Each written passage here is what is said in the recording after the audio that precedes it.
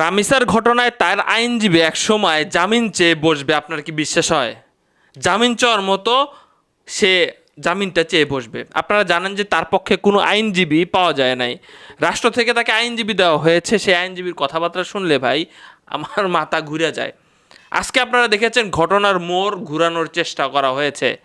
Police বা বিভিন্ন তথ্য মাধ্যমে জানা যাচ্ছে যে আসলে তাকে এই কয়দিন যে সময় দিচ্ছেন না, প্রথমে যখন তাকে ধরা হয়, তার যখন স্বীকারোক্তিমূলক জবানবন্দি নেওয়া হয়, তখন সে সব কিছু স্বীকার করে।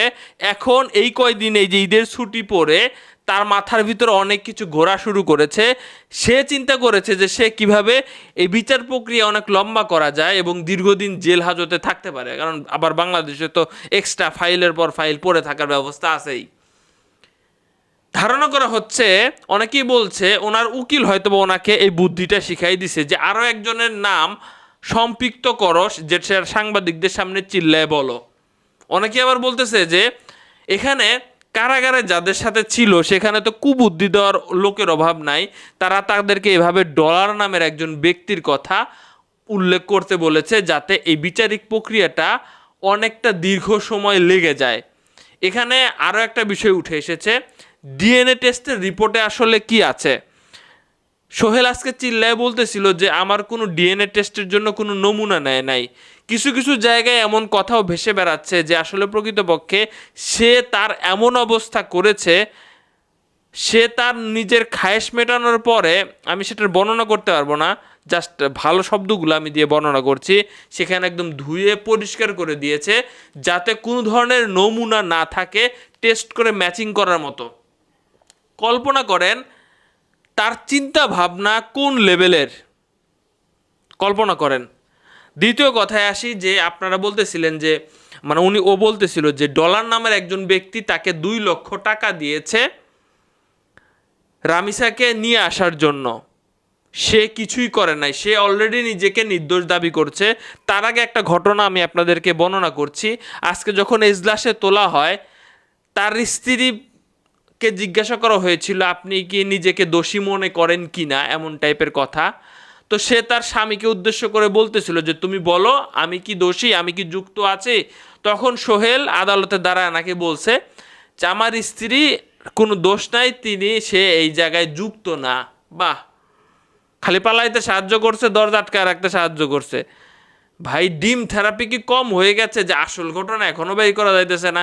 এই তাল বাহানা করার জন্য সুযোগ করে দিয়েছেন আপনারা, তাল বাহানা করার জন্য। ঠিক আছে দর্শক শ্রোতা, এমনকি সে নিজেকেও কিছু কিছু জায়গায় দেখলাম যে নির্দোষ দাবি করতেছে যে আমি তো তেমন কিছুই করি নাই, আমি জাস্ট এটা গুম করতে সাহায্য করেছি বা করেছি, যা করার ডলার করেছে, ডলার মেয়েটাকে দুনিয়া থেকে বিদায় করে দিয়েছে এবং তার খায়েশ ডলার, তার খায়েশ মিটাইছে, আমি কিছুই করি না, আমি জাস্ট এইটা গুম করতে সাহায্য করেছি।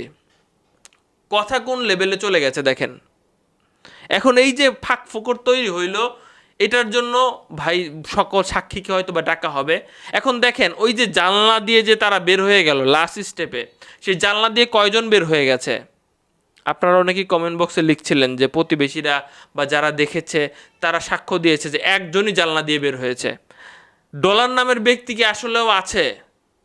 খুবই প্রভাবশালী হবে নাকি আসলে তারই কোনো সহকর্মী বা এই ক্যাটাগরির মানুষের কথা সে বলতেছে? এই বিষয়টা কি আমলে নেওয়া হবে নাকি হবে না?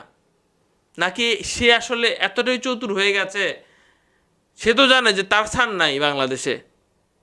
তার সর্বোচ্চ সাজা ব্যাপারে প্রধানমন্ত্রী পর্যন্ত বলেছে। কারাগারে তো সকল নিউজ চলে যায় ভাই, টেলিভিশন সব কিছুই যায়। সে তো সর্বোচ্চ চেষ্টা করবেই। বাংলাদেশে এমনিতেই ভাই বিচারিক প্রক্রিয়া দীর্ঘ সময় লেগে যায়। আমি বারবার ভিডিওতে বলতেছিলাম ভাই এটার বিচারিক প্রক্রিয়া আমরা দেখে যেতে পারবো কিনা বিশ্বাস হচ্ছে না। আগের অনেক ঘটনা আছে, সেগুলোর একটা কার্যকর করে দেখান, তবে বাংলাদেশের মানুষজন বিশ্বাস হবে। তো ভালো থাকবেন। আপনাদের কাছে কি মনে হচ্ছে নতুন নাম এখানে যুক্ত করা মানে তার উদ্দেশ্য কি?